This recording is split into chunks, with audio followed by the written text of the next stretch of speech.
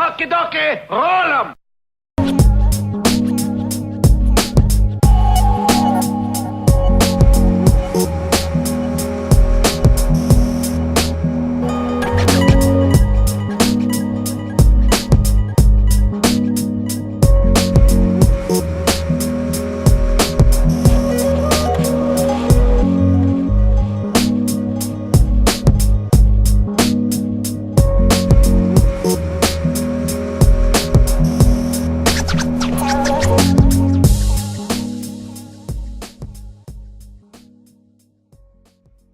Okay guys, you're going to take a grinded coin and a black Sharpie, and the first thing we're going to do is a strike vanish. So you're going to come down with a pen and the coin gets thrown into your hand and then classic palmed.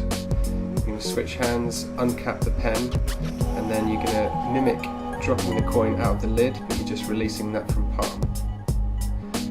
You can get it to go back in the lid, exactly the same kind of way as a strike vanish.